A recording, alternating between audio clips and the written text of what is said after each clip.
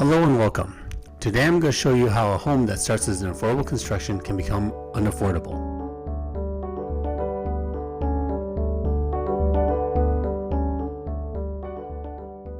Let's imagine that you want to buy a home, maybe a condo or a house that costs $1 million. I know that may seem unrealistic in a place like Vancouver, but we're going to use nice round numbers to make the math easy. The $1 million covers everything: the land, the construction, the city permits, and services. If you have $1 million, the house is yours. If you don't have $1 million saved up, you can't just buy it because the house isn't built yet. You can't get a regular mortgage, so you'll need a construction loan. Now, construction loans are a bit different. They have a higher interest rate and require you to have more equity. Typically, the interest rate is about 2% higher than the prime, so let's just say it's 7% for our example. It takes a year to build. The loan will cost you $70,000 in interest, bringing the total to $1.07 million. Here's the catch. To get that loan from a bank, you need to have 25 to 35% of the money up front. So if you don't have around $300,000, you can't get a $770,000 construction loan. It's not like you can walk into a bank and find pamphlets for these loans. Banks don't like to give construction loans to ordinary people, so no construction loans for you.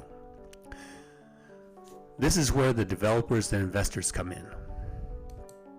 It's tempting to think that they're being greedy, but that's not the right way to look at it. They need to get higher returns because they're taking on more risk. The whole process is pretty complicated, but if you're interested in a detailed explanation, comment below and I'll make a video. But to put it simply, the bank wants to ensure that it gets this $1.07 million back. So it requires developers and investors to make at least an 18% profit.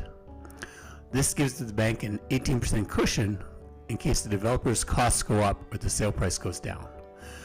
There's no cap on how much profit they can make, but there's a minimum that they have to hit.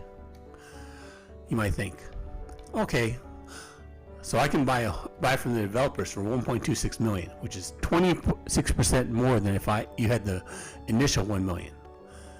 But hold on, the government wants its share too. You'll have to pay GST, property transfer tax, closing costs, and other fees. Now we're up to $1.36 million. And if you have 20% down payment or $272,000, you can buy it. But you're like, oh, if I had $272,000, that's close to $300,000 I needed earlier for the construction loan.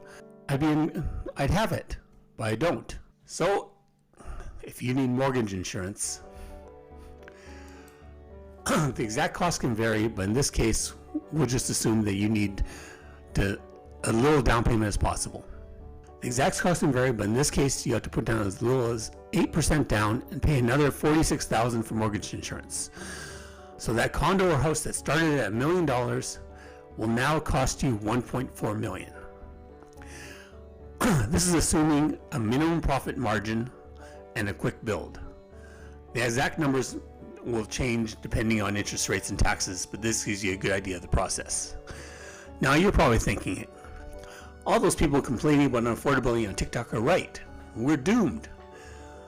In another video, I'll go through all the pieces in column 1 in more detail, but the important part of your home is built in column 1. Column 2 is the banks. Column 3 is basically rich people. Column 4 is government. Column 5 is insurance companies.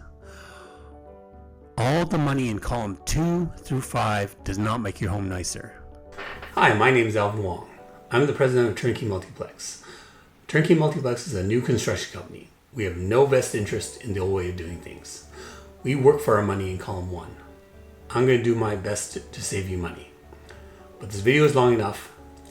Share with your friends, like, subscribe, or just watch some more videos to find out how to afford the home of your dreams.